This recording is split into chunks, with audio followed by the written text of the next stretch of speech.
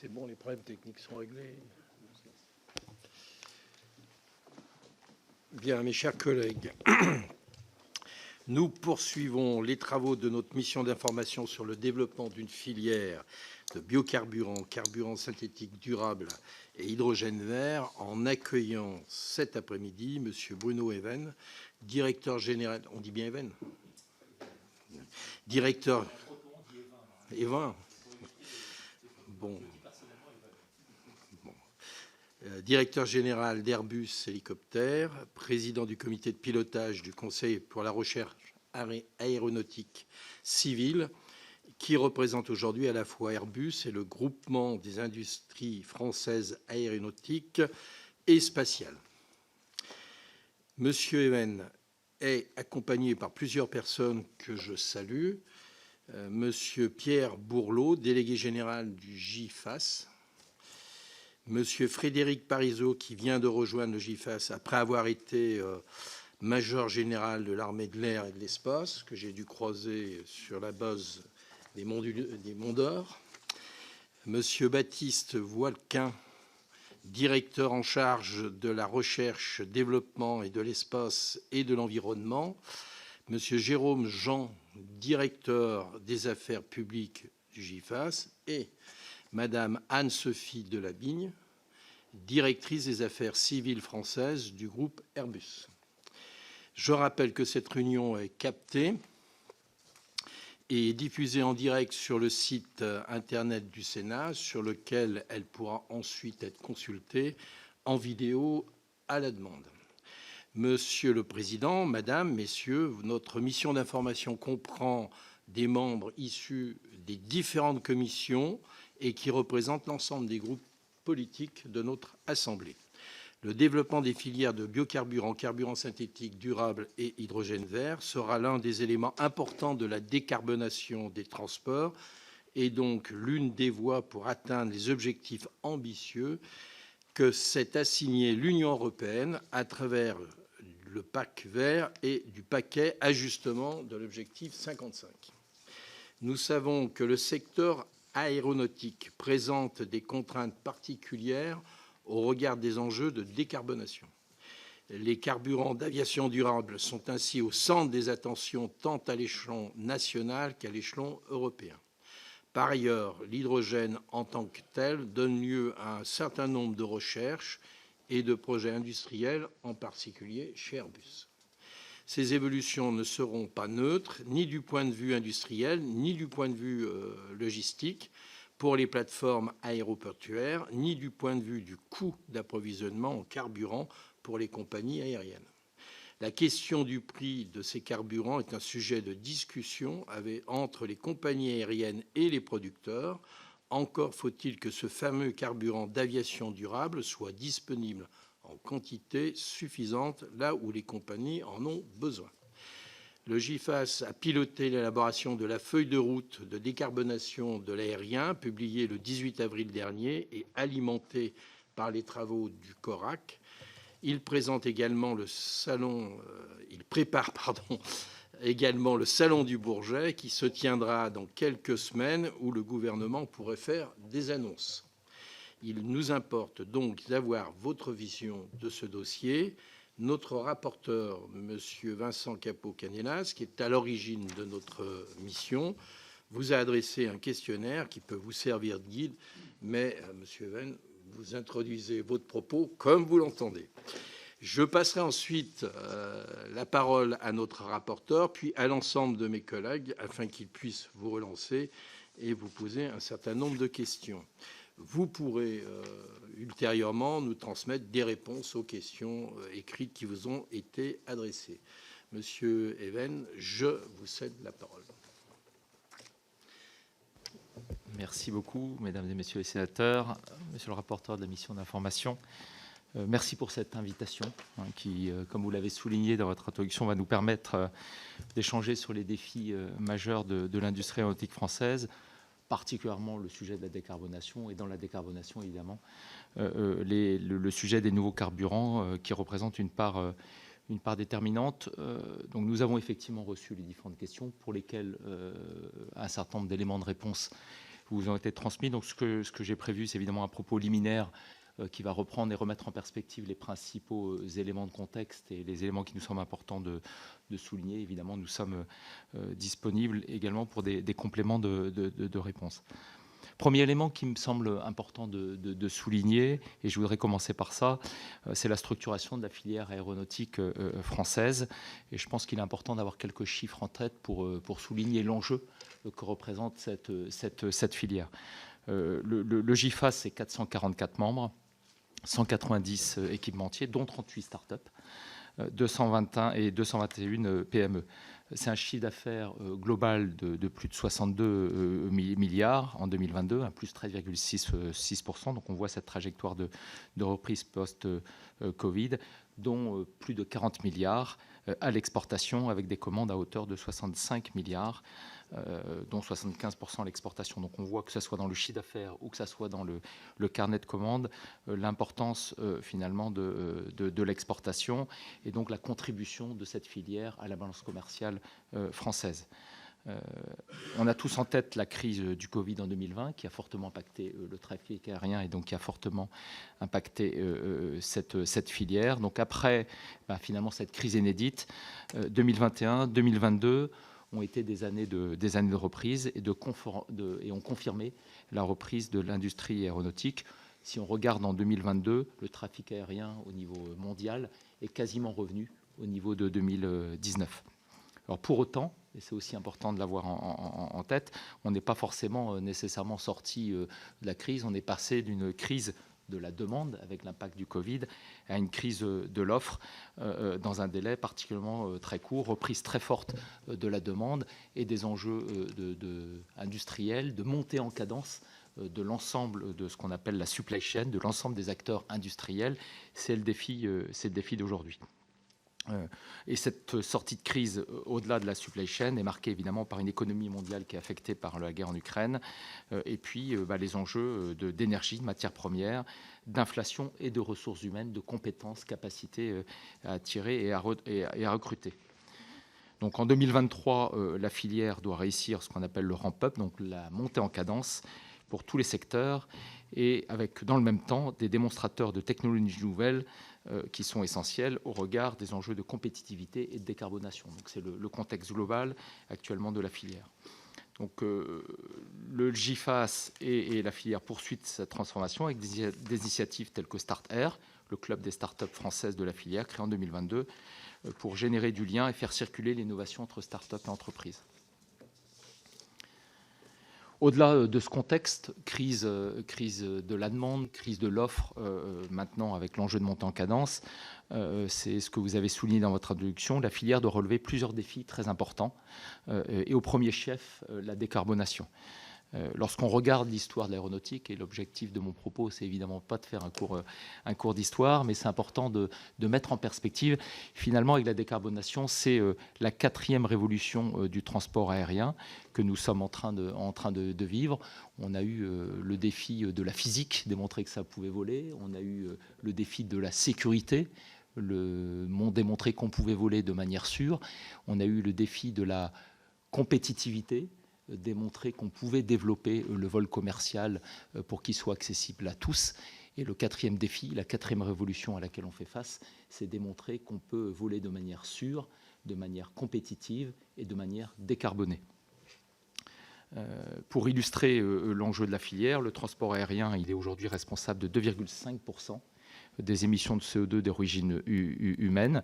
Mais il est important d'avoir en tête que ce secteur aérien, il ne résonne pas à l'échelle nationale, il résonne évidemment, c'est un secteur aérien qui est mondial, et important de noter que l'ensemble des acteurs se sont engagés en 2021 à atteindre l'objectif ambitieux de zéro émission nette en 2050, au niveau de l'ensemble des acteurs industriels, de l'ensemble de la filière. Et dans le même temps, les États membres de l'OACI, donc également au niveau gouvernemental, se sont engagés en travaillant ensemble sur le même objectif lors de l'Assemblée d'octobre 2022. Donc il y a une vision commune, un engagement commun de l'ensemble des acteurs, ce qui est assez unique, d'avoir cette vision zéro émission nette en 2050. Donc c'est un engagement de la filière qui est exemplaire au niveau international, mais également au niveau français. Le secteur du transport aérien a été ainsi le premier secteur à avoir remis officiellement au gouvernement, le 14 février 2023, sa feuille de route de décarbonation au titre de l'article 301 de la loi Climat et Résilience. On y reviendra, c'est évidemment un des axes essentiels à travers la feuille de route qui y est associée. Je tiens à souligner que l'élaboration a été copilotée en 2022 avec la Direction générale de l'aviation civile et le GIFAS en lien avec les services de l'État et a mobilisé finalement l'ensemble des acteurs. Donc c'est vraiment un travail collaboratif et coopératif. Je crois que ça répond d'ailleurs à une de vos questions. Le rapport de la filière est désormais rendu public, conjointement par la FNAM, France Hydrogène, le GIFAS, l'UAF, l'UFE et l'UFIP-EM. Le CORAC, vous l'avez souligné, Conseil d'orientation pour la recherche aéronautique civile, dont j'ai la chance d'occuper la présidence depuis maintenant 2 ans, a également, dans le même temps, publié ce qu'on appelle la note de conviction pour un avion bas carbone et un leadership de l'industrie aéronautique française. Et cette note de conviction est le résultat d'un travail approfondi qui est mené maintenant depuis près de 3 ans dans le cadre du plan de relance en 2020. C'est une note de conviction, un master plan finalement de la filière qui a été présenté dans ses grandes lignes et chiffré sur 10 ans. La note de conviction, donc, qui résume l'ensemble des travaux faits depuis 3 ans, rappelle qu'il s'agit sur la période maintenant 2024-2029 de concrétiser les efforts et les travaux de R&T en montant en maturité vers les phases de démonstration et de créer les conditions de lancement de programmes. Donc on est vraiment dans une dynamique, le plan de relance a créé, a mobilisé l'ensemble des acteurs autour d'enjeux de décarbonation, donc a permis d'élaborer une feuille de route qui passe par une première phase finalement 2020-2030, une phase d'innovation, de R&T, de faisabilité, de démontrer que la technologie peut être mature en vue de lancer des programmes qui, eux, concrètement, verront l'entrée en service des avions permettant d'assurer progressivement la décarbonation. Alors, dans cette note de conviction, dans ce master plan, on décrit les différents leviers qui permettent d'atteindre cet objectif de zéro émission à l'horizon 2050. Ces différents leviers, ils s'additionnent, ils sont complémentaires et ils permettent de répondre à cet enjeu. Donc le premier levier, c'est le renouvellement des flottes avions. Il s'agit de favoriser le remplacement des avions les plus anciens par des avions bénéficiant des meilleures performances sur le marché. Si je prends l'exemple de l'intensité carbone d'émission des avions de la gamme Airbus, mesurée en quantité de CO2 émis par kilomètre et par passager, elle a diminué de 20% entre 2015 et 2022. Donc on voit très bien que l'innovation, la technologie permet de répondre successivement à des enjeux de réduction de CO2. Et évidemment, il s'agit ensuite de pouvoir favoriser le renouvellement des avions, puisque c'est concrètement lorsque la technologie rentre en service que les gains sont mesurés. Seulement 20% de la flotte actuellement en exploitation est constituée des avions de dernière génération. Donc on voit là qu'on a un levier direct à travers le renouvellement des flottes, de pouvoir sur 80% apporter 15 à 20% de réduction de CO2. Le second levier, c'est de continuer en parallèle sur l'innovation vers toujours plus de performance et d'efficience pour le développement d'appareils qu'on appelle ultra-frugaux ou zéro émission. Alors, les appareils ultra-frugaux, alors c'est un terme qui peut paraître barbare, derrière la notion de ultra-frugal, frugal évidemment, peu de consommation, le ultra sous-entend qu'on a une ambition supérieure à ce qu'on a démontré dans le passé. On voit que d'une génération à l'autre, en termes d'avions, on vise à gagner de 15 à 20% en termes de consommation. Là, l'objectif, c'est pour la prochaine génération, on veut aller gagner jusqu'à 30%. Donc, on veut accélérer et on veut multiplier l'effet de performance par rapport à ce qu'on a rencontré avec les générations précédentes. Donc les appareils, les avions ultra-frugaux, ils intégreront des moteurs à l'efficacité exacerbée via l'augmentation de leur taux de dilution avec des moteurs plus larges, voire sans carénage, dit open rotor, et par l'intégration d'un degré d'hybridation électrique. Donc le premier levier, les moteurs. Le deuxième levier, ils embarqueront une avionique et des systèmes plus électriques alliant basse consommation et performance et connectivité toujours améliorée. Un troisième levier technologique, c'est également finalement une optimisation de l'empreinte environnementale des trajectoires, minimisant la consommation et les impacts climatiques, donc toute l'optimisation des trajectoires. Et puis tout un axe d'innovation autour de l'architecture avion pour atteindre des performances aérodynamiques optimisées, en intégrant notamment des géométries d'ailes variables, pilotables, ou des revêtements aux propriétés aérodynamiques qui limitent en particulier la traînée de frottement. Donc un premier axe, les avions ultra-frugaux, et puis un deuxième axe d'innovation pour la génération suivante dans un calendrier ultérieur, et c'est actuellement à l'étude chez Airbus pour mise en service à l'horizon 2035. Ils fonctionneront quant à eux avec de l'hydrogène liquide et n'émettront donc aucun CO2. Ils représentent par conséquent un atout essentiel dans la décarbonation du transport aérien, mais leur introduction sera progressive en fonction de l'évolution des technologies et de la montée en puissance de l'écosystème associé à l'hydrogène en France et dans le reste du monde. L'enjeu en termes d'innovation, c'est de travailler dès à présent sur les briques technologiques qui adresseront ces deux défis, mais sur un terme calendaire, si c'est essentiel de démarrer dès maintenant sur ces deux voies technologiques, en termes de calendrier, ça sera échelonné. Le premier enjeu, c'est l'avion ultra-frugal, qu'on voit en termes de lancement de programme d'ici la fin de la décennie, d'ici 2030. Et en parallèle, par rapport à la technologie hydrogène, on voit une introduction non pas directement sur les avions dits monocouloirs, type successeur de la 320, on le voit sur des avions plutôt régionaux pour non seulement valider les technologies, mais également construire l'ensemble de l'écosystème, puisque c'est ce que je mentionnais à l'instant, un des défis de l'hydrogène, ce n'est pas uniquement la technologie embarquée qui permet d'avoir une capacité de propulsion hydrogène, c'est également l'ensemble de l'écosystème, y compris évidemment la chaîne d'approvisionnement et de transport au sol. Donc le troisième levier, le premier renouvellement, le deuxième l'innovation avec ces deux axes, appareils ultra-frugaux et avions zéro émission. Le troisième levier est l'utilisation de carburants aéronautiques durables qui ont l'avantage de pouvoir utiliser sur les avions existants, puisque j'y reviendrai, je pense, par la suite, mais les avions, les moteurs sont déjà certifiés aujourd'hui pour des mélanges de l'ordre de 50%. Donc, ils ont l'avantage de pouvoir utiliser sur les avions existants, tout en pouvant réduire les émissions de CO2 de plus de 80% sur un cycle complet.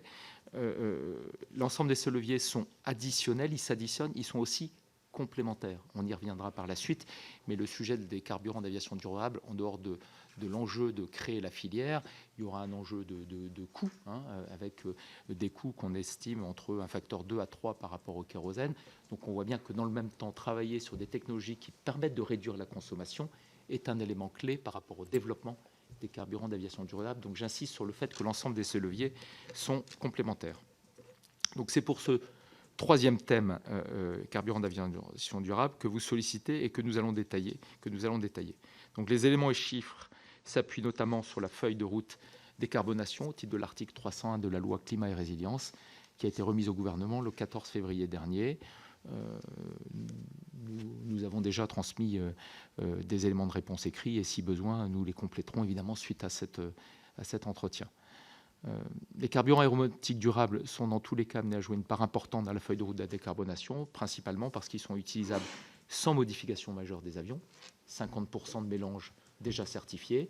On a des actions, j'y reviendrai, pour démontrer que les avions, les technologies avions d'aujourd'hui peuvent être compatibles de carburants d'aviation durable à 100%. Un point peut-être rapide sur la définition et la nature des carburants d'aviation durable. Ce sont des liquides constitués d'une composition de molécules similaires à celle du kérosène fossile, donc des chaînes carbonées C10 à C14, même propriétés physiques, point de congélation notamment, mais sans contenu en carbone d'origine fossile.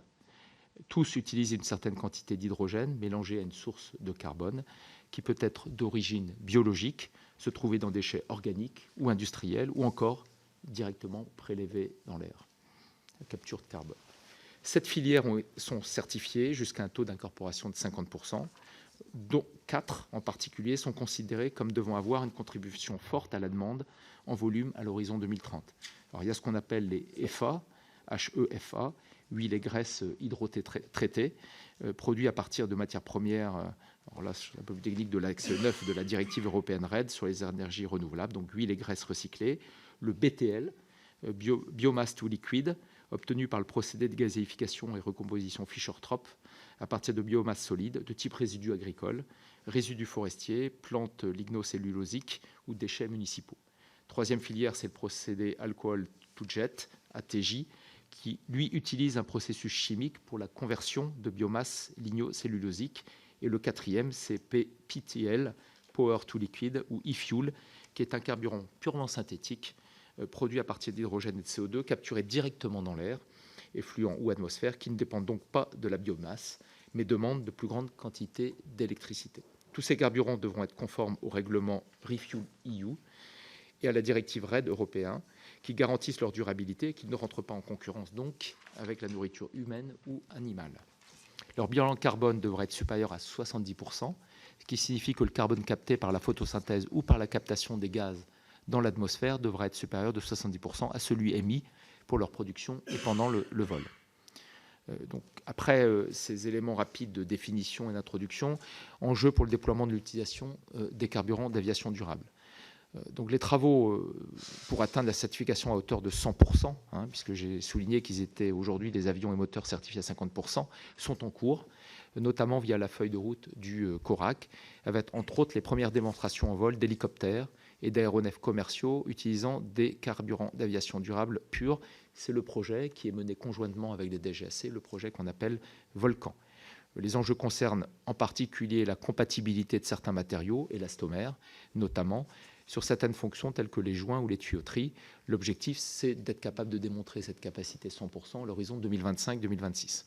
Le second point clé, c'est l'augmentation des volumes de production de carburant d'aviation durable, donc toute la chaîne de production, la chaîne logistique. Les scénarios SNBC article 301 décrivent d'ici 2050 un besoin en carburant d'aviation durable de l'ordre de 7 à 8 mégatonnes par an, biofuel plus e-fuel, représentant un besoin estimé en biomasse de l'ordre de 12 mégatonnes par an, plus 100 TWh d'électricité décarbonée, évidemment.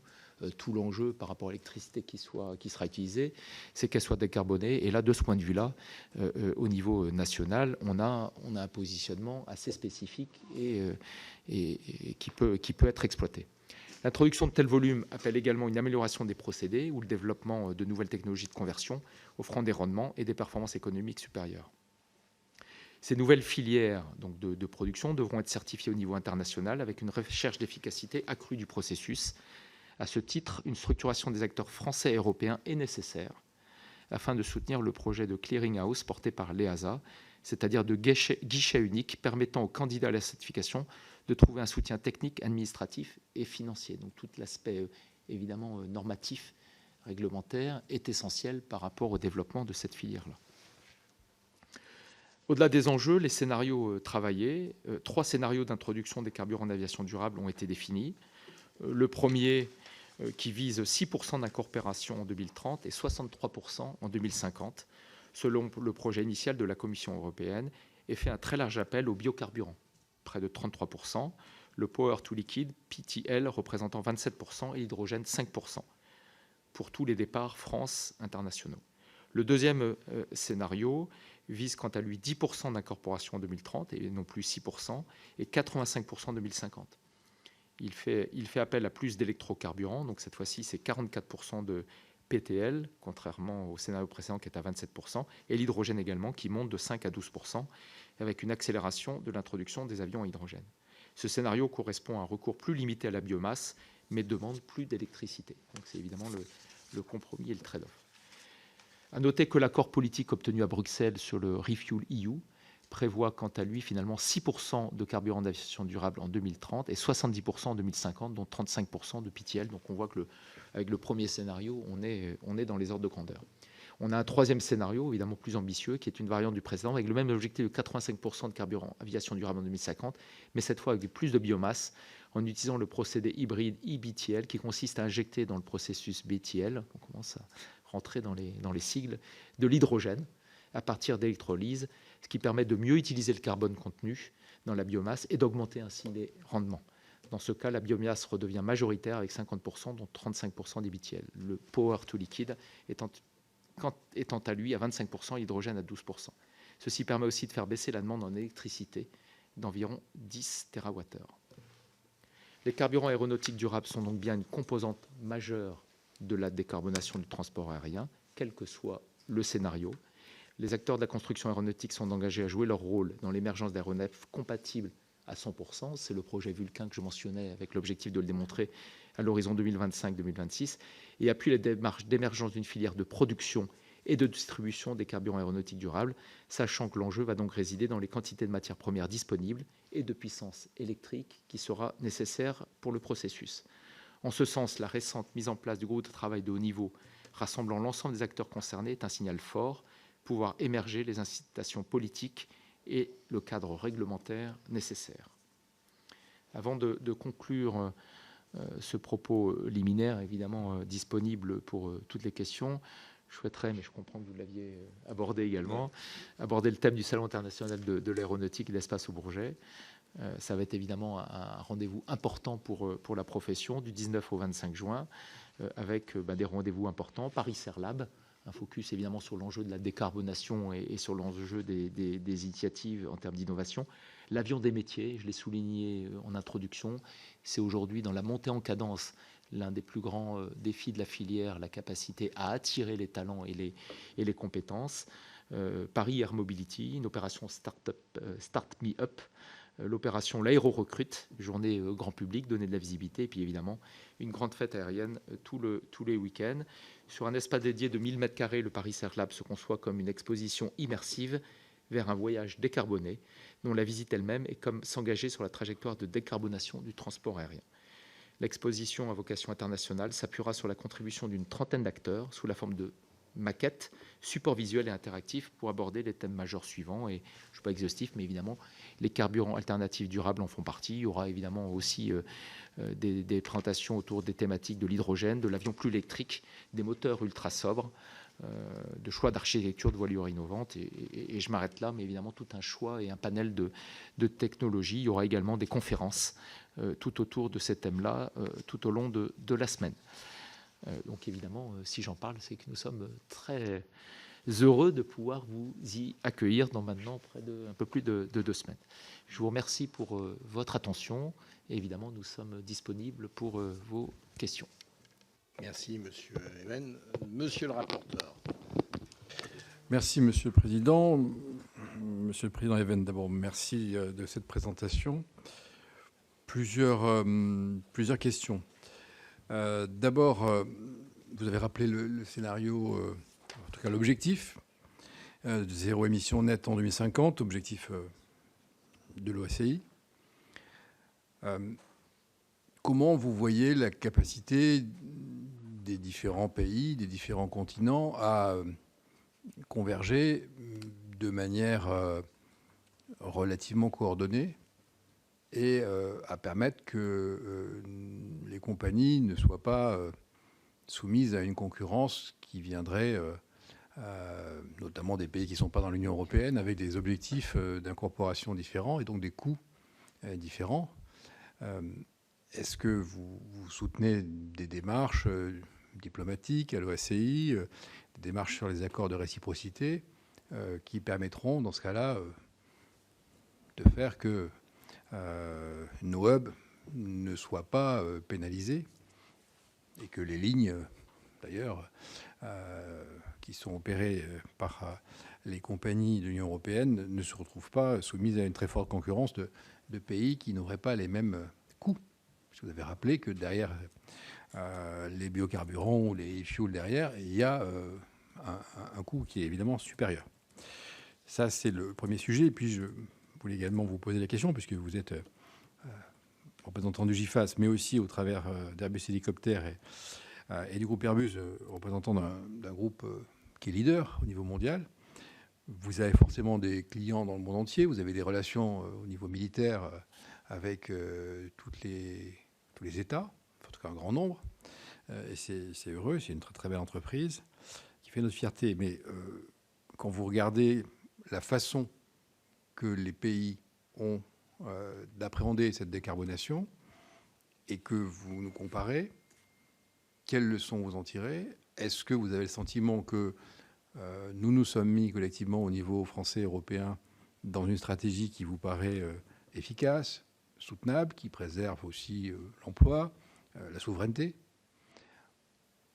Est-ce que tout le dispositif d'accompagnement vous paraît suffisant? Votre regard international nous importe beaucoup, sachant que cette mission, elle vise à regarder comment la filière de biocarburants, de carburants synthétiques durables et d'hydrogène peut soutenir la décarbonation du transport aérien. C'est ça la démarche. Et donc, nous, on est soucieux d'avoir votre regard sur ces éléments de comparaison. Puis 2 questions peut-être plus ponctuelles. Sur la certification. Bon. Vous nous avez rappelé qu'aujourd'hui, le seuil est à 100% d'incorporation, 50% d'incorporation et qu'on va viser les 100%. Alors, on entend parfois, vous avez rappelé les sujets sur la tuyauterie, sur les joints, etc. Bon, on ne va pas rentrer dans la technique, mais est-ce que vous dites aujourd'hui, il n'y a pas de sujet que les ingénieurs ne sachent régler, on l'a entendu, et confiance, on y va, ou est-ce que vous nous dites quand même, on est malgré tout scientifique, et on attend d'y voir clair. Mais est-ce que ce seuil-là, des 50%, peut être levé facilement? Vous nous avez dit, j'ai si bien compris, 25-26, fin 2025-2026, dont acte. Mais ça vous paraît finalement un horizon qu'on peut dépasser rapidement ou pas? Bon, et puis surtout, sur le besoin, parce qu'après, la question, c'est comment on produit. Et on entend bien la démarche biocarburant, et puis jusqu'au e-fuel, pour faire vite, je ne vais pas tout résumer, mais vous nous dites un besoin de 7 à 8 millions de tonnes. Alors, est-ce que c'est un chiffre... je pense que 7 à 8 millions de tonnes, on excède les besoins de la France. Là, c'est sans doute toute l'Union européenne, mais même là, j'ai un peu le sentiment que ça va relativement vite. En tout cas, à quel horizon vous êtes? Est-ce que vous êtes à 2050 pour 7 à 8 millions de tonnes? Parce que nous, on a un chiffrage qui est en gros de 3 à 4 millions de tonnes nécessaires en 2030 pour l'Union européenne et le Royaume-Uni, le tout réuni. Et pour faire vite, je vous donne un ordre de grandeur, mais vous pourrez l'affiner ou le contester. On a plutôt à l'esprit qu'aujourd'hui, on se mettra en situation, mais c'est à vérifier, de produire 2 millions. Donc on a quand même un vrai sujet qui intéresse les producteurs de carburant, les énergéticiens, comme on dit, qui est de savoir comment on va passer d'une capacité 2030 théorique de 2 millions de tonnes à, soit 3 à 4 pour 2030, comme besoin nécessaire. Est-ce qu'on va... Air France, d'ailleurs, courageusement le dit, je ne leur jette pas la pierre, loin de là, mais j'ai encore entendu ce matin à la radio des déclarations d'Anne Rigail, qui est venue devant notre mission et qui a tenu un propos tout à fait responsable et sérieux et volontariste. Mais Anne Rigail nous dit, finalement, j'ai plus de facilité à me fournir aux USA ou chez certaines entreprises, on va citer Nestlé, que de me fournir en France. Donc comment vous voyez ça? Parce qu'il nous semble que pour la filière, c'est quand même le sujet majeur. C'est-à-dire comment on décarbone, et tout le reste est quand même un tout petit peu fragilisé si on ne répond pas à cette partie-là. Donc j'imagine qu'en tant qu'industriel, le représentant industriel de GIFAS, vous avez un point de vue sur le sujet. Donc nous sommes attentifs à toute mesure de structuration de la filière que vous pourriez avoir à l'esprit comme étant une éventualité à regarder. Voilà sur quelques premiers points en vous remerciant. Quelques éléments de réponse et n'hésitez pas évidemment à compléter. Je vais démarrer par le deuxième volet de la question, puis je reviendrai évidemment sur le premier, là autour des carburants d'aviation durable. Le premier volet de la question, avion, moteur certifié à 50%, il y a une feuille de route à 100%, qui suppose évidemment d'une démonstration technologique, donc avec une part de niveau de confiance. Et quelque part, la question, c'est quel niveau de confiance qu'on a sur le fait qu'on va pouvoir atteindre 100%. Et donc, du coup, on y va, on n'y va pas, sur le sujet des carburants d'aviation durable. Le premier élément à avoir en tête, c'est qu'aujourd'hui, on est à zéro, quasiment zéro d'incorporation. Donc, indépendamment de la démonstration du fait qu'on puisse passer de 50% à 100%, dès lors qu'on a aujourd'hui les avions moteurs qui sont certifiés à 50%, le potentiel, il est là. Et on voit que c'est un ordre 1 dans la trajectoire de décarbonation. Donc, dans mon esprit, il n'y a pas de débat, indépendamment de la démonstration technologique qu'on peut étendre jusqu'à 100% et qu'on pourra certifier des technologies à 100% de carburation durable, il ne faut pas attendre. Je pense qu'on a trop attendu. Il faut y aller dès à présent. Ce n'est pas un débat de technologie, la technologie est capable, c'est un débat d'écosystème, c'est un débat de chaîne de production, de logistique, avec le fameux finalement syndrome de la poule et de l'œuf, c'est-à-dire que oui, il y a un débat de compétitivité, c'est-à-dire il y a un coût du carburant d'aviation durable qui est bien plus important que le kérosène, dans un monde qui est compétitif. Aujourd'hui, s'il n'y a pas une structuration, s'il n'y a pas des mécanismes finalement incitatifs, on ne va pas amorcer la pompe. Et c'est le fait d'amorcer la pompe et donc d'amorcer la demande qui va générer le volume et qui va du coup générer la réduction des coûts qui va rendre ce carburant d'aviation durable attractif. Donc il y a ce débat de la technologie passée de 50% à 100%. Je parlais du projet Vulcain avec les DGAC. Il n'y a pas de doute. Il y a des sujets techniques à aborder, vous les avez mentionnés, et l'idée, ce n'est pas de faire de la technique ici, mais il n'y a pas de doute sur le fait qu'à l'horizon 2025-2026, on saura démontrer le 100%. Le message très fort, c'est n'attendons pas 2025-2026 pour lancer les initiatives, mettre en place les actions qui permettent le développement des carburants d'aviation durable. L'ambition, dans les différents scénarios, y compris celui validé au niveau de l'Union européenne, et je rappelle qu'à l'horizon 2030, on est sur 6%. Donc on est de toute façon dans le seuil de certification des 50%. Ça me semble important de l'avoir en tête.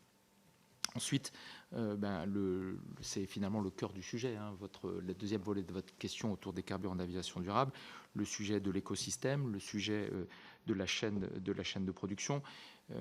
Vous me corrigez à ma droite ou à ma gauche, mais les 10 mégatonnes par an, c'est à horizon 2050. Donc c'est dans une vision développement des carburants d'aviation durable à l'horizon 2050.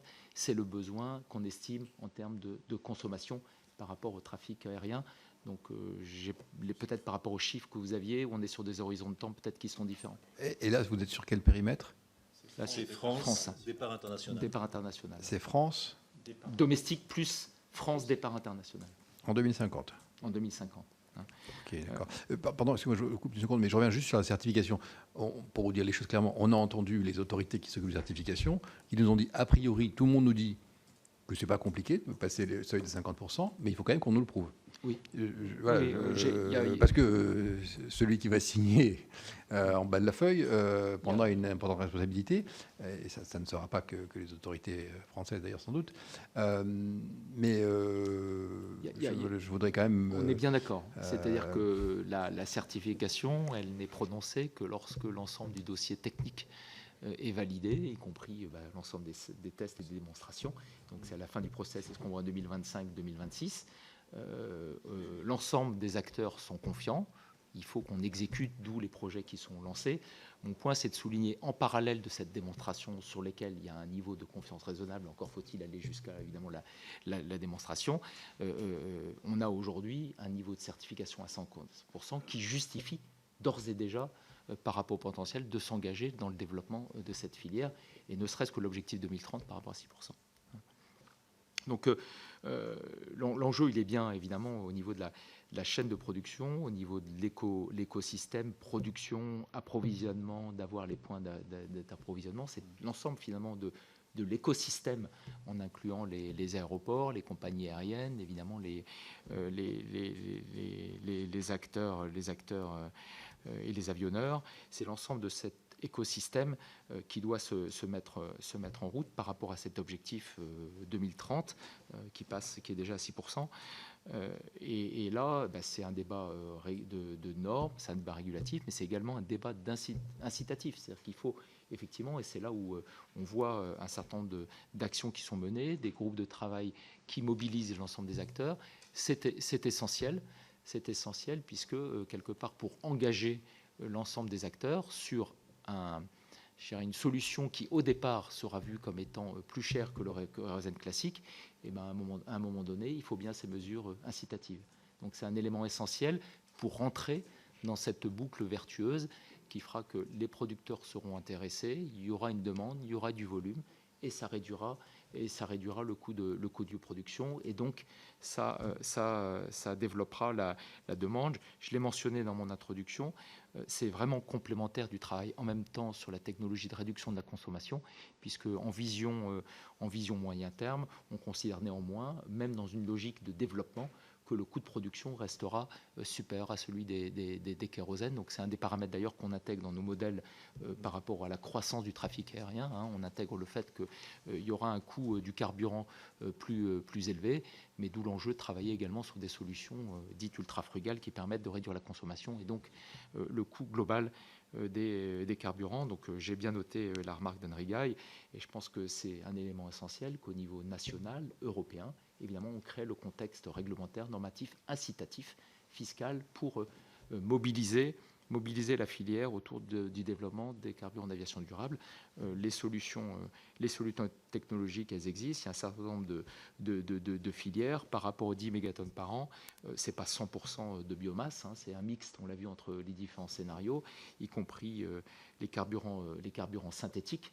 Donc tout ne sera pas adressé à travers la biomasse, la biomasse. Donc c'est l'enjeu à la fois finalement d'électricité et puis de disponibilité des biofuels. Sur la première partie de la question par rapport finalement level playing field et finalement l'enjeu de rester sur un terrain de jeu, je dirais un marché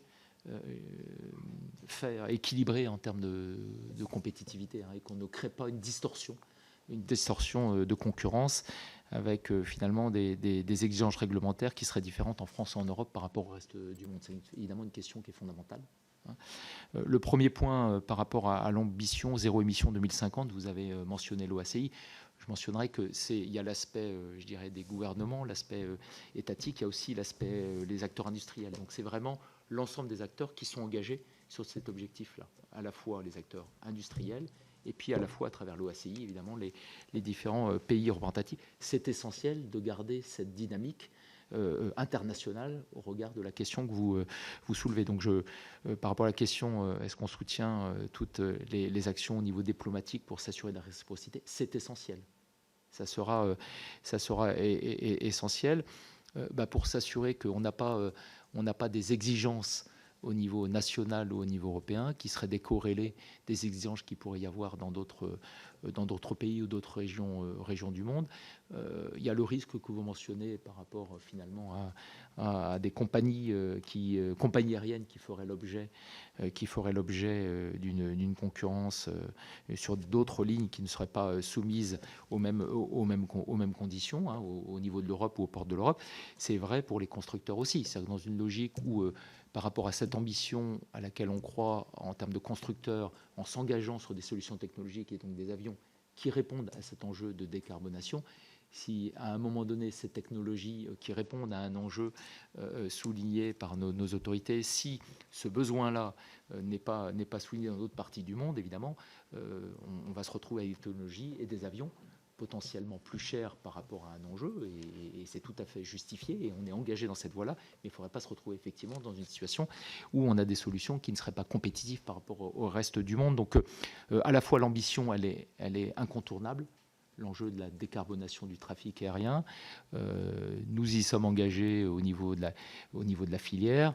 C'est l'ensemble des acteurs au niveau mondial qui sont engagés. Il est essentiel de garder toutes ces actions au niveau diplomatique pour garder la cohérence de l'exigence et la cohérence du cadre réglementaire. C'est le point que vous soulignez dans votre question est au cœur évidemment de la démarche.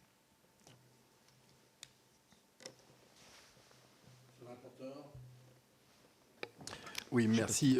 Sur la partie qui concerne justement la filière de biocarburants, carburants synthétiques, là, où est-ce que vous en êtes dans le dialogue? J'imagine que vous l'avez, comme les compagnies peuvent l'avoir, mais vous, avec une vision peut-être plus prospective, avec les énergéticiens. Puisque la question, c'est aujourd'hui comment on crée un marché et comment on arrive à satisfaire une demande que les compagnies expriment jusqu'aux 50%, et comment on arrive à faire que le secteur aérien montre qu'il est en voie de se décarboner de manière rapide, puisque l'opinion, entre guillemets, a décroché et regarde le secteur aérien en le stigmatisant.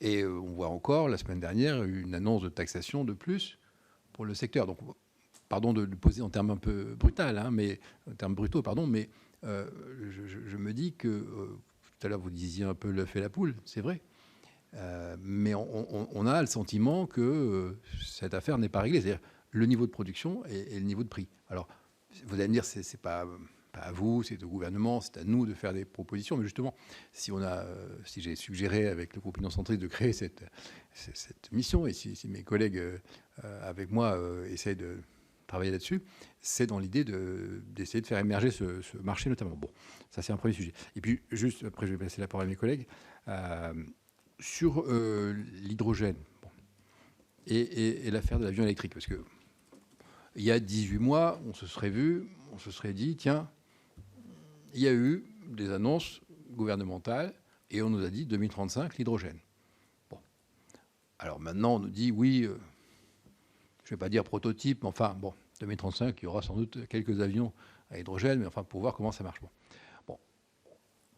On a plutôt entendu que c'était plutôt réaliste, d'ailleurs, de dire, pour le moment, biocarburant, carburant synthétique, okay, et une bonne part de la décarbonation sera faite. Bon.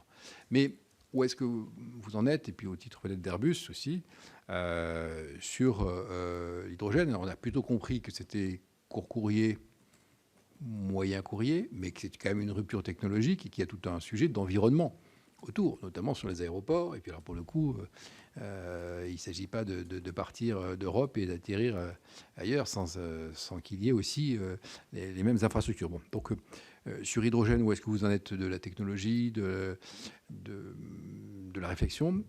Idem sur la partie, alors il y aura au Bourget, je crois, un avion dit ERA qui va être un hybride. Alors pardon, c'est pas Airbus, mais je pense qu'il est adhérent du GIFAS, ou sinon il faudra lui conseiller de... voilà, c'est Aura Aero. Okay. Hein, et il est chez vous, bon, très bien.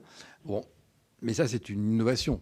C'est-à-dire qu'avion hybride, avec un dispositif électrique, si j'ai bien compris, au décollage, à l'atterrissage, c'est quand même très bien pour les riverains. Bon, alors c'est un module, si j'ai bien compris, de 19 places, et j'aurais curiosité d'aller le voir. Peut-être qu'on ira le voir ensemble, mais bon. Donc sur hydrogène et sur électrique, où est-ce que vous en êtes? Et puis dernier point, le CORAC. Alors, peut-être que vous êtes président du CORAC, peut-être que vous pourrez nous rappeler. Moi, ce que je comprends, c'est que c'est une structure qui rassemble les pouvoirs publics, les industriels, le monde de la recherche, pour fixer des feuilles de route et essayer de voir comment on converge pour mener cette recherche de manière opérationnelle. Mais j'ai en tête, en tant que membre de la Commission des finances, que le financement du CORAC n'est pas assuré et qu'il y a quand même des points d'alerte. Alors peut-être pas, pas cette année, mais assez vite derrière. Donc voilà, merci si vous pouvez aborder ce point aussi.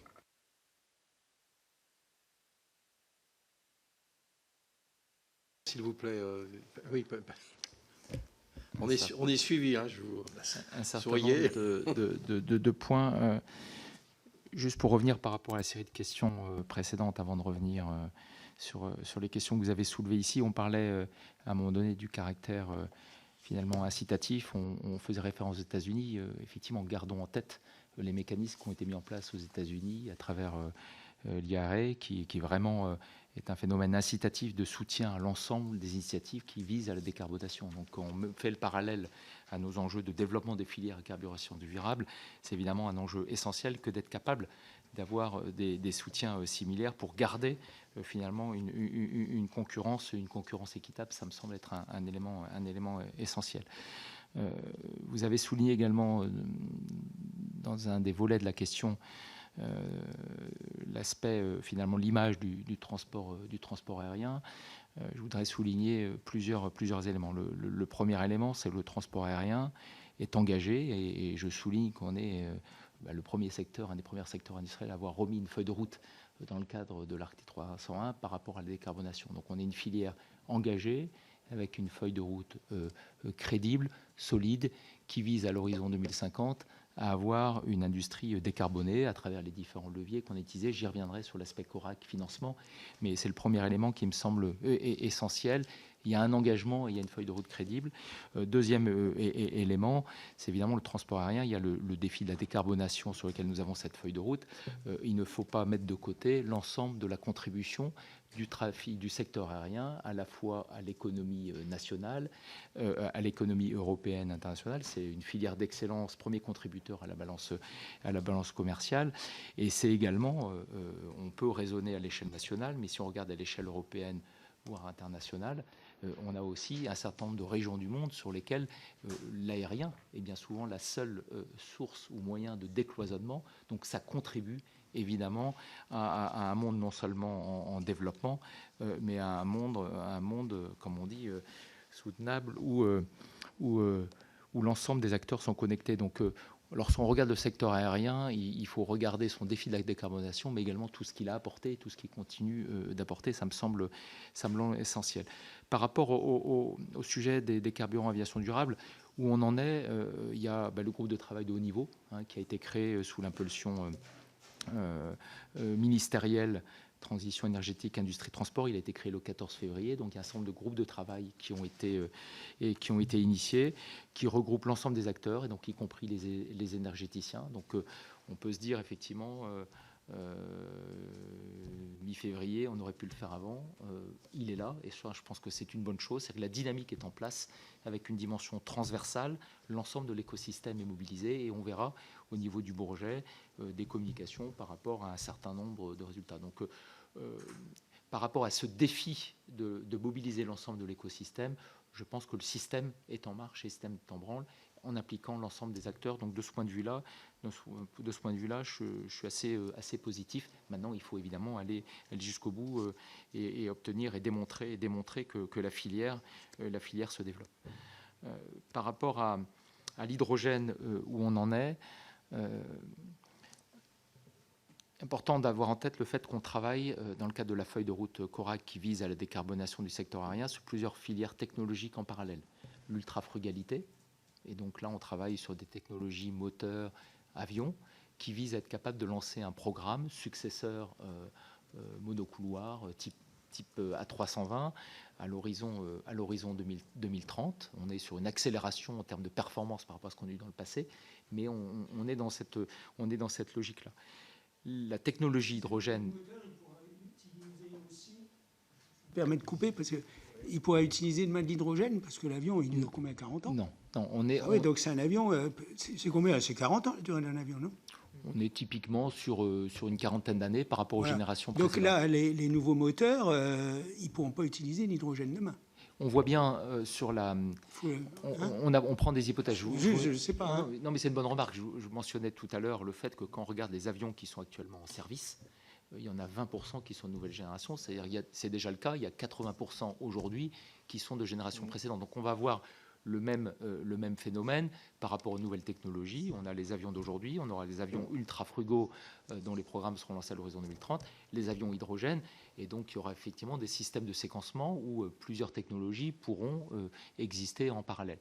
Mon point, c'est de dire sur l'hydrogène, on a un enjeu dans le cadre de la feuille de route CORAC à travers des démonstrations sol, à travers des démonstrations vol sur certains éléments de sous-système, ou sur l'architecture complète, puisqu'on parle ici finalement d'être capable de consommer de l'hydrogène, donc qui sera liquide à bord par rapport à la problématique de densité volumique de l'hydrogène, donc d'être capable de consommer de l'hydrogène à bord par rapport à des technologies moteurs. Donc on est sur à démontrer la capacité de transport, la capacité de stockage par rapport à un carburant inflammable. Donc on a l'ensemble des démonstrations à faire au niveau des briques technologiques et au niveau de l'architecture. Et donc cette feuille de route CORAC vise d'ici le 2030 à être capable de démontrer l'ensemble des briques technologiques pour être capable de lancer un nouveau programme dit avion à hydrogène qu'on envisage sur un segment de type aviation régionale. Puisque le défi, vous l'avez souligné, il n'est pas, même si on fait l'effort dans un premier temps pour démontrer que la technologie avion, la plateforme, pour être certifiable. Le défi, contrairement à la génération suivante de type ultra-frugal, le défi va être au niveau de l'écosystème global. C'est-à-dire qu'il ne s'agira pas non seulement d'avoir un avion certifié hydrogène, mais évidemment d'avoir l'hydrogène stocké au sol, approvisionné, transporté. Donc c'est un défi évidemment au niveau des compagnies aériennes, au niveau de la chaîne logistique, au niveau des aéroports. On a pu, toute proportion gardée, rencontrer déjà des défis d'adaptation d'ensemble de l'écosystème avec la 380 qui était un appareil de génération différente. J'arrête là le parallèle, on ne parle pas du tout des mêmes défis, mais malgré tout, c'est la cohérence globale du système qu'il faudra adapter. Et donc là, par rapport au segment cœur, qui est le monocouloir, qui est la 320, qui représente en termes de volume la part le plus importante. Donc il ne s'agit pas d'aller d'entrée avec la technologie nouvelle sur ce segment-là, mais d'y aller plutôt progressivement. Et c'est pour ça que c'est d'abord, dans un premier temps, une aviation régionale qui est visée, avec des distances plus réduites, avant de passer à l'étape supplémentaire. Donc par rapport à votre question, ça va être une logique progressive. On travaille sur 2 technologies en parallèle, on les introduit sur des segments de marché différents et à un moment donné, évidemment, de les introduire sur le même segment et en particulier le segment cœur qui est essentiel pour la décarbonation, qui est le segment des monocouloirs et donc une introduction progressive. Donc où on en est? On est dans l'exécution finalement de cette feuille de route Corac, de ce master plan. Ça a démarré avec le plan de relance en 2020. France 2030 a pris la suite et on a une feuille de route très claire avec des échéances de démonstration sol et vol dans les années qui viennent d'ici la fin de la décennie. Donc j'en viens à votre question par rapport finalement au financement de cette feuille de route. On a jusqu'à présent, à travers un engagement très fort de l'État, dans le cadre du plan de relance en 2020, il s'agissait non seulement évidemment de financer une feuille de route technologique par rapport à la décarbonation, mais également d'assurer le maintien des compétences par rapport à un secteur qui était directement touché par la crise Covid. Donc le plan de relance a eu le mérite non seulement de manier les compétences, mais d'initier toute cette feuille de route technologique. À travers France 2030, finalement, la continuité et la dynamique s'est accélérée. Et donc l'enjeu, puisque évidemment, il n'y a pas d'effet falaise, on parle de feuille de route technologique, et donc on ne parle pas d'innovation qu'on doit démontrer sur un horizon d'1 an, 2 ans, on est plutôt sur 5 ans, 6 ans, 7 ans. L'enjeu, à partir de 2024, c'est d'être capable de donner de la visibilité, donc d'avoir les financements budgétaires pour poursuivre cette feuille de route conformément au master plan qui a été défini. Donc le financement du Corac n'est pas assuré, oui, au sens où le budget à partir de 2024-2028 n'est aujourd'hui pas totalement validé. Il y a des discussions entre les différents acteurs industriels, le Corac et puis les services étatiques. Et l'objectif, c'est bien de donner de la visibilité. Quand on est dans le domaine de l'innovation et de la R&D, on est sur des démonstrations sur plusieurs années. Donc l'objectif, c'est de viser, c'est d'avoir une enveloppe budgétaire pluriannuelle qui permette d'exécuter cette feuille de route d'innovation qui vise à valider les technologies qui permettront de lancer les programmes qui sont essentiels pour mettre en place et viser et atteindre cet objectif de décarbonation à l'horizon 2050. Donc on a une feuille de route très claire qui inclut l'hydrogène avec cette vision échéancier d'entrée en service des différentes technologies, une validation budgétaire qui a été validée dans le cadre de France 2030, du plan de relance France 2030, et donc l'enjeu maintenant, c'est de valider les budgets sur la période à venir. C'est essentiel. On est dans une période de transformation telle que l'industrie aéronautique ne l'a sans doute jamais connue. Je mentionnais dans mon introduction le fait qu'on fait face à la 4e révolution du secteur aérien. L'image, à mon avis, est bonne, c'est la réalité. Donc l'ambition de chacun est forte. Assurons-nous que les moyens sont mis en face de cette ambition. Les acteurs industriels, l'ensemble des donneurs d'ordre, ils sont décidés à faire les investissements au bon niveau de leur côté. Il est essentiel évidemment que côté gouvernement, côté étatique, qu'il y ait cette poursuite de l'effort afin d'atteindre les objectifs visés. Béatrice Gosselin. Le micro, s'il te plaît, Béatrice. Merci. Oui, vous parliez donc du lancement des programmes, cette feuille de route dont vous avez parlé. Est-ce qu'elle est commune, sachant que vous parliez de changement de moteur, ensuite l'optimisation des trajectoires, des architectures des avions pour optimiser, et ensuite pour arriver à des avions aux conceptions différentes, par exemple avec l'hydrogène liquide. Est-ce que ces trajectoires sont semblables dans d'autres pays qui ont ces filières aéronautiques à travers le monde? Est-ce qu'on a aussi ces évolutions semblables ou c'est très divergent? Et la deuxième question, vous parlez d'incitation fiscale. Qu'est-ce qui peut se faire pour que vous ayez à la fois, maintenant que vous avez des feuilles de route et que vous avez l'horizon 2030, voire 2050, qu'est-ce qui pourrait se mettre en place pour que les R&D et la filière puissent arriver à ces objectifs sans trop de difficultés? Et je vais le mettre de côté parce que c'était une troisième question sur comment vous imaginiez, parce que vous parliez tout à l'heure d'approvisionnement en hydrogène, mais c'est vrai que c'est aussi un souci, c'est que toute cette, mais qui ne dépend pas vraiment uniquement de vous. Donc voilà, je vais m'arrêter à ces deux questions. Que je n'ai pas totalement répondu à la question précédente, où en êtes-vous de l'hydrogène, et il y avait la partie où en êtes-vous de l'électrique. Donc on poursuit évidemment différents axes technologiques au-delà de l'évolution des technologies moteurs ou avions. Donc l'hydrogène, on l'a mentionné, mais également l'électrique. C'est l'aspect hybridation, complément de puissance électrique aux technologies moteurs en particulier. C'est un axe évidemment sur lequel on travaille, en particulier par rapport à l'échéance avion ultra frugal. Il y a une dimension hybridation électrique qui est inclue dans la feuille de route. C'est aussi un axe pour les plateformes et véhicules de taille plus réduite. L'enjeu de l'hydrogène, évidemment, sa densité énergétique est très forte. C'est une solution qui permet de viser finalement la neutralité carbone. Le défi de l'hydrogène, c'est sa densité volumétrique. Et donc, si on peut l'envisager sur des avions commerciaux, sur des plateformes plus réduites, je connais bien le sujet au niveau de l'hélicoptère, mais on peut l'imaginer aussi sur des avions, l'aviation générale ou plus réduite. C'est une technologie qu'on voit moins directement applicable. Donc, l'aspect électrique ou hybridation, complément moteur électrique par rapport à la technologie de propulsion classique, fait bien partie de la feuille de route. Je n'avais pas adressé ce volet de la question, je tenais à le souligner. Par rapport à votre question, comment on voit la mobilisation des autres pays? D'abord, on voit une mobilisation qui se fait autour de ce sujet de la décarbonation dans l'ensemble des pays. On a pu penser, avec l'initiative dans le cadre du plan de relance, que quelque part, on était les premiers à partir. C'est vrai, mais justement, et c'est l'effet positif, l'effet d'entraînement a bien eu lieu alors, au niveau européen.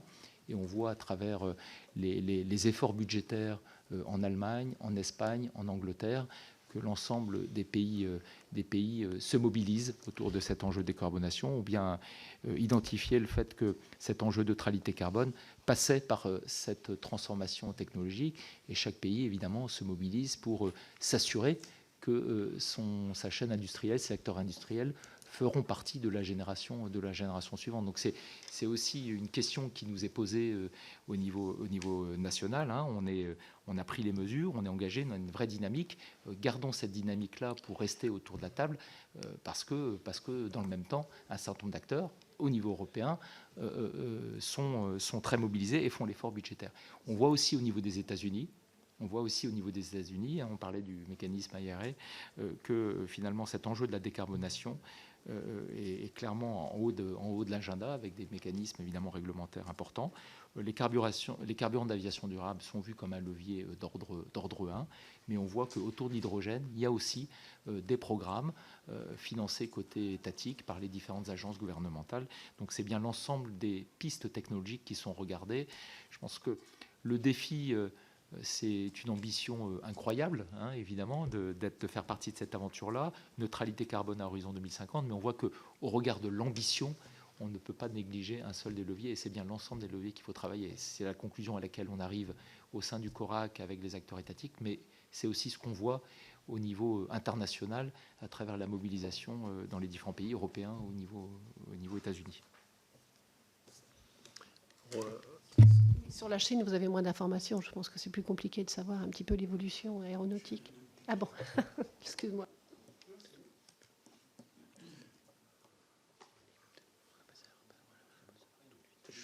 Je pense qu'on a difficile, mais oui, ce qu'on voit d'abord, on voit bien leur ambition de se positionner comme acteur majeur dans le secteur aérien. On a vu le succès, enfin le développement et l'avancement du programme COMAC, et nul doute qu'ils mettront les moyens. Donc c'est une question de temps. On voit bien, et effectivement c'était le point qu'on discute entre nous, ils se mobilisent sur l'hydrogène. On voit donc derrière, il y a évidemment l'enjeu de la décarbonation, c'est finalement une nouvelle génération. Et donc, c'est l'occasion pour eux de se repositionner sur la génération suivante. Donc oui, ils sont fortement présents. René-Paul Savary. Oui, merci. J'avais la question sur la Chine, effectivement, qui est quand même à regarder de très près. Non, votre démonstration est très intéressante. Je voudrais juste faire quelques remarques.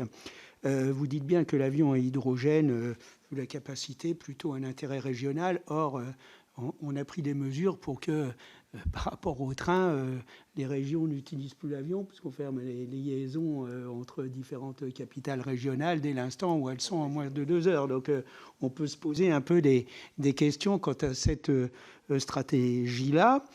Quel est votre point de vue là-dessus? D'autre part, vous êtes un des premiers, nous paraît, enfin pas le premier, puisqu'on a eu une audition intéressante sur le principe de l'hydrogène par thermolyse, par pyrogazéification, alors que jusqu'à présent, on avait l'impression qu'on imposait la technologie de l'électrolyse par rapport à la thermolyse.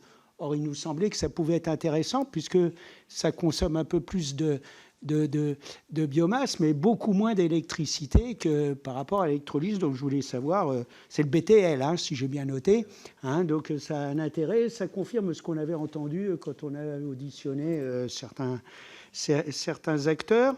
Est-ce que, mais vous avez répondu peut-être indirectement, on ne vous impose pas une technologie. On nous a fait souvent la remarque de l'IRA. Vraiment, l'IRA, ça ressort à toutes les auditions en disant que les Américains, qu'est-ce qu'ils se démerdent bien quand même quand ils veulent quelque chose. Et ils disent, voilà, on veut arriver à zéro émission de CO2, démerdez-vous. Excusez-moi. À vous de trouver les technologies qui vont permettre d'arriver à ça. En France, on nous dit plutôt, vous ferez de l'électrolyse, vous ferez de l'hydrogène pour arriver à ça. Est-ce que vous sentez qu'on vous impose une technologie ou bien non? Vous, apparemment, dans votre feuille de route, il y a vraiment plusieurs voies complémentaires très intéressantes. Mais quand on fait le point comme ça, plus d'autres auditions. Moi, ce matin, j'ai été en audition avec le groupe Filière Bois sur sur l'énergie bois et puis l'énergie chauffage. On voit bien qu'ils vont avoir à consommer également beaucoup de biomasse, quoi. Donc, il s'agira de répartir un petit peu l'usage de tout ça. Et je commence à avoir certaines inquiétudes par rapport à cette décarbonation qui est vraiment la bonne voie. Mais compte tenu de la répartition qu'il faudra trouver de la biomasse et de l'électricité qu'il va falloir produire en nombre considérable, ce n'est pas les quelques centrales nucléaires supplémentaires ou les quelques éoliennes ou autres qui vont suffire. Donc, on se pose vraiment la question, est-ce que derrière, chacun va faire sa feuille de route et y aura-t-il un plan un peu commun pour trouver les usages, non pas forcément en cascade, mais en débouchés complémentaires? Et est-ce que vous avez déjà des négociations avec la filière automobile, la filière énergie chauffage et les autres filières qui se tournent vers cette décarbonation, bien entendu? Merci, chers collègues. Par rapport à la feuille de route hydrogène, le point, c'est pas de dire que l'intérêt est dans le régional. L'intérêt, il est dans l'ensemble des secteurs. Le régional, mais également l'aviation commerciale, également le monocouloir. Donc l'idée, c'est bien de viser l'ensemble de ces segments-là, et donc y compris demain un potentiel successeur de la 320 qui représente le gros des flottes, que ce soit au niveau national, européen ou international. C'est plutôt une logique d'introduction progressive avec un intérêt régional. Ça ne veut pas dire que c'est exclusif sur le régional, mais de démarrer progressivement par un segment de marché avant d'avoir un déploiement à une échelle plus importante. Donc le commentaire sur le fait que pourrait être envisagé un démarrage sur le régional ne signifie pas que le marché visé est nécessairement le régional. On voit par rapport à l'objectif 2050 de neutralité carbone, c'est bien l'ensemble des segments d'aviation commerciale qu'il faut viser. Vous faites le parallèle avec le train. Je soulignerai simplement que le segment aérien, c'est un marché qui n'est pas uniquement national, il est international, que les problématiques d'infrastructure qui permettent le déploiement des différents moyens de transport, il n'est pas forcément le même dans tous les pays. Donc de ce point de vue-là, le secteur aérien, c'est une solution assez unique pour être capable de répondre à des enjeux de décloisonnement, de connexion, de transport dans tous les pays du monde. Et on se doit de raisonner à cette échelle-là, même si évidemment on n'ignore pas les problématiques nationales. Donc ça me semble essentiel de l'avoir en tête. Et là encore, dès lors qu'une solution décarbonée existerait, j'imagine que cette question du débat train-avion ne se poserait pas de la même manière. J'espère que les décisions elles sont fondées sur ce paramètre-là de la décarbonation. Je laisserai Baptiste aborder le sujet BTL plus technique suite à des éléments de comparaison. Oui, mais alors rapidement, effectivement, on ne voit pas d'imposition d'un choix technologique sur la filière, comme on a pu le décrire sur les différents scénarios. Et c'est pour ça justement qu'il y a 3 grands scénarios dans notre feuille de route, avec un scénario action et puis 2 scénarios accélération, où justement la variante entre les 2 scénarios, c'est l'introduction des électrocarburants par rapport aux biocarburants. Et l'enjeu de pondération entre ces éléments-là, c'est un choix de disponibilité de biomasse, évidemment avec cet enjeu d'être sur une biomasse non alimentaire, donc effectivement plutôt filière bois et plutôt des résidus lignocellulosiques en termes de constitution chimique, plutôt que d'autres approches alimentaires. Donc un équilibre entre effectivement et donc un choix sur cette approche de disponibilité de la biomasse, quelle qu'elle soit, et donc non alimentaire, et puis de la puissance installée, puissance électrique. Donc en fait, on voit bien que les différents choix et les différentes, aujourd'hui 7 différentes voies de procédés de production de ces carburants alternatifs, après la pondération va se faire, et c'est bien là qu'on parle d'une filière. Et cette pondération, elle va venir dans le temps et elle va venir sur des choix généraux.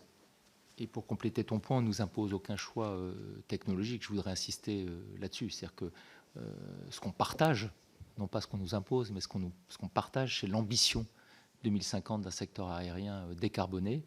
On a une feuille de route ambitieuse mais réaliste qui répond et qui combine différents leviers.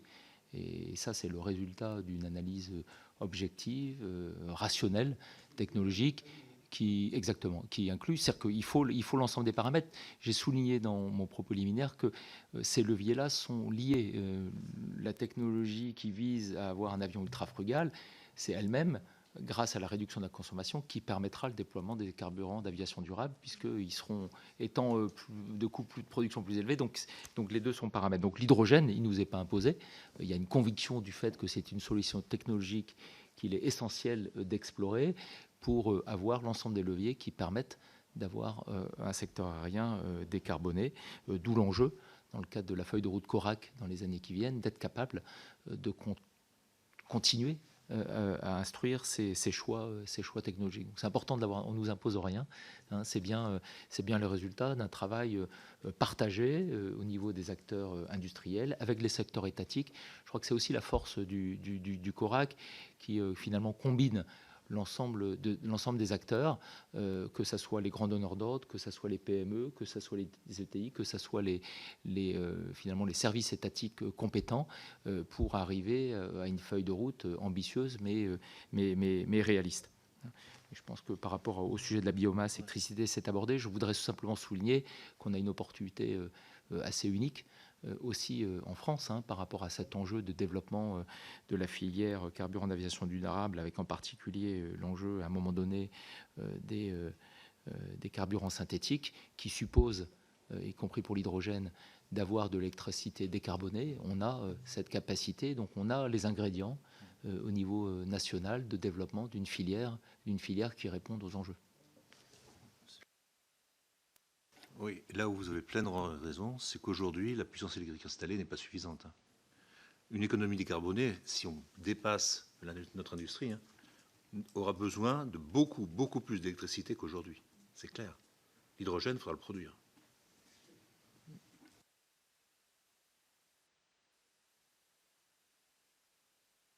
Bien, et d'eau en même temps. Et d'eau et en même temps.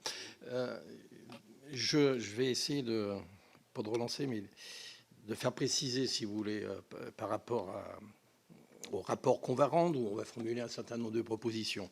Alors, je partage l'inquiétude ou le réalisme de mon collègue Savary. Quand on fait des auditions, au bout d'un moment, on se pose et on rejoint, tout compte fait, une remarque qui est faite par Jean-Marc Jancovici quand il introduit son débat en disant « Aujourd'hui, il faut quantifier nos besoins ».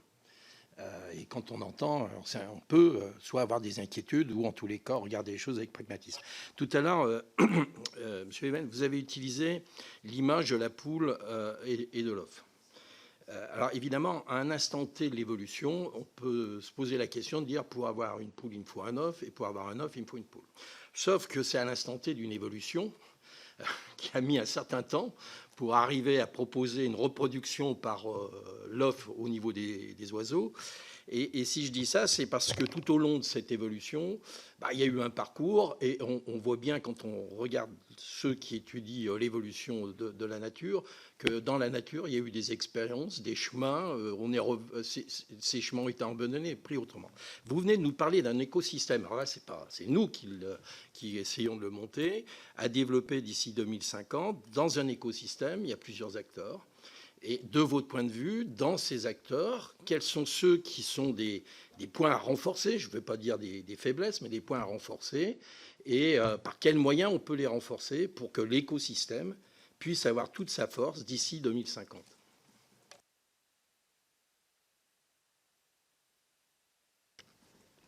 Le premier défi, il est technologique. De ce point de vue-là, les actions sont identifiées, sont lancées. On est sur un temps qui n'est pas un temps court.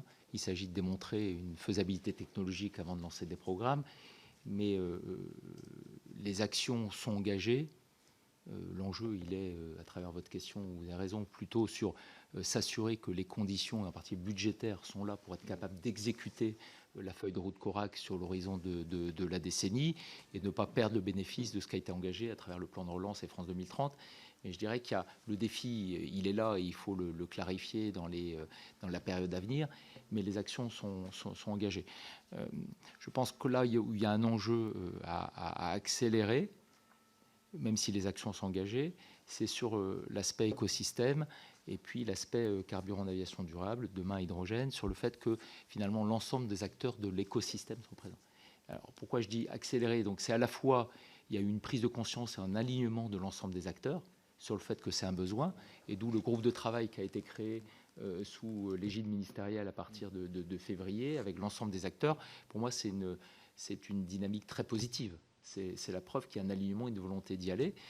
Pour autant, on démarre de ce point de vue-là. Par rapport à la feuille de route technologique qui a été engagée depuis 2020, pour de bonnes raisons, puisqu'on est sur le temps long, on est sur des initiatives beaucoup plus récentes.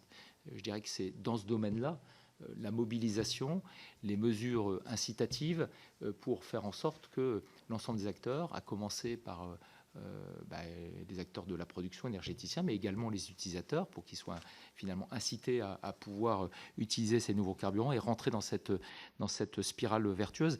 C'est à mon avis là que sont les défis d'accélération, puisque la technologie qui souvent fait le temps long, pour le coup, elle est disponible.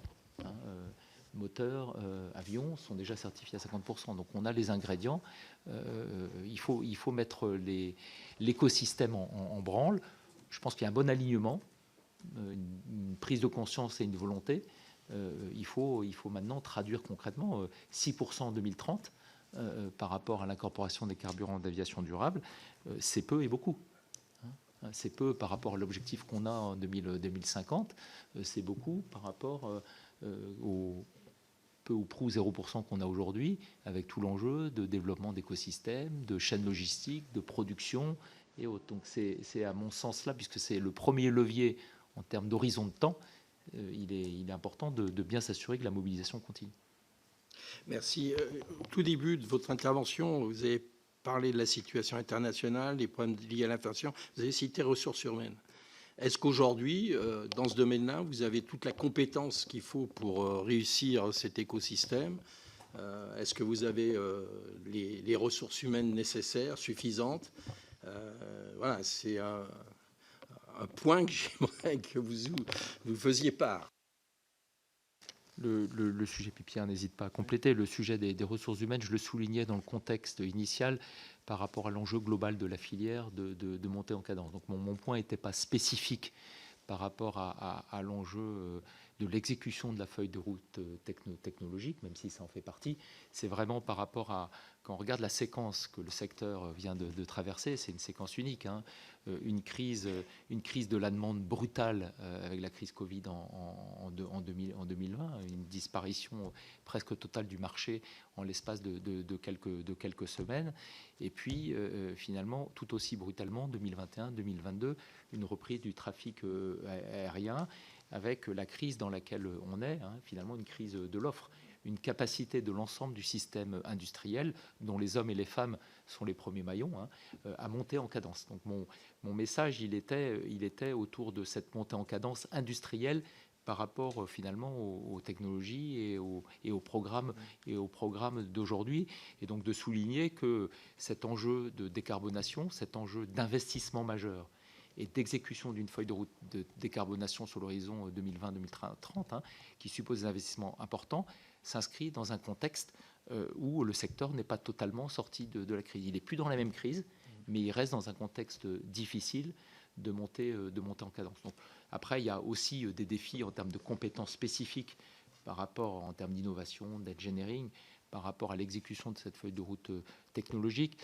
Mais là, ma remarque plus générale serait de dire, finalement, en termes d'attractivité, cette perspective d'innovation, de nouveaux programmes, de technologies nouvelles, au niveau des ingénieurs et techniciens, c'est quelque chose qui a tendance à attirer.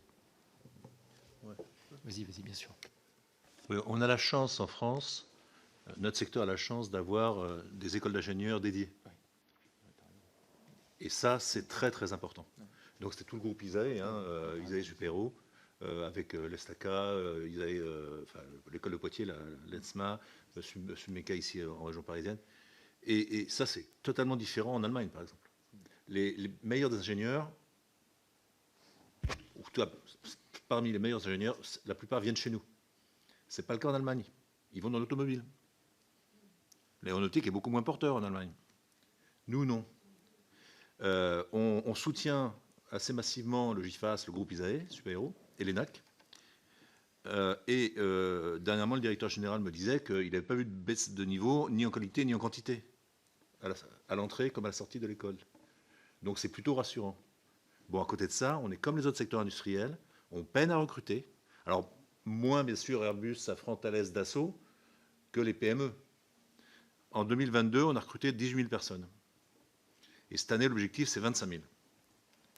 D'où ce qu'on a évoqué, hein, la campagne d'attractivité Aéro-Recrute, avec les RH de nos entreprises qui sont présents les journées grand public au Salon du Bourget. D'où également, ce qui est un peu en dessous du radar, hein, mais on est présent en région, hein, pour justement favoriser, essayer d'attirer les jeunes et les moins jeunes, les talents dont on a besoin pour construire la région de demain, ce que je disais au tout début. Hein. Donc, c'est un point d'attention majeur, le niveau de recrutement, mais en qualité, nous continuons à avoir de très très bons jeunes ingénieurs et qui fabriqueront l'avion de demain. Et c'est un enjeu formidable pour eux. Parce que pendant longtemps, ça a été une innovation incrémentale, hein, depuis les années 80-90. Là, c'est fini. Hein. Là, on est parti sur la voie de la décarbonation et là, on y va à marche forcée, quoi, parce qu'on sait qu'on n'a pas le choix. Bien. Béatrice ? Dans le cadre des mobilités, on se rend compte qu'on part sur plusieurs modalités d'énergie, c'est-à-dire certains vont fonctionner à l'hydrogène, d'autres hybrides, d'autres à l'électricité, etc. Est-ce qu'on peut imaginer dans le quand nous aurons passé ce cap de décarbonation, à des modalités différentes aussi dans l'aviation. C'est-à-dire certains avions seront plutôt biocarburants, resteront biocarburants, d'autres hydrogène, d'autres peut-être électriques, enfin, ou hybrides, oui. Oui, on peut l'imaginer. Oui, on peut l'imaginer d'abord parce qu'en fonction des segments de marché et donc des plateformes, la solution sera différente. Je parlais d'hydrogène par rapport à sa densité volumétrique. De fait, entre l'aviation commerciale et puis l'aviation générale ou l'hélicoptère, de fait, les solutions seront différentes. Et parce que, à l'image de ce qu'on voit aujourd'hui, on reste quand même sur finalement une introduction progressive des nouvelles technologies, on va rester dans des concomitances finalement de technologies. Donc c'est le défi de l'écosystème. Et puis aussi le problème de l'énergie, c'est-à-dire qu'il n'y en aura pas une seule énergie capable de pouvoir être... Oui, alors cela dit, je pense que l'avenir est à la mixité dans tous les domaines. Il n'y a qu'à voir nos villes, comment elles évaluent en mode de déplacement, et y compris, je pense que pour nos propres déplacements, on utilisera différents modes. Bien, écoutez, Monsieur Evans, Madame, Messieurs, merci beaucoup de nous avoir accordé de votre temps, de l'éclairage, et nous allons essayer de tirer profit de vos éléments. Merci beaucoup. Merci pour votre activation encore. Merci beaucoup.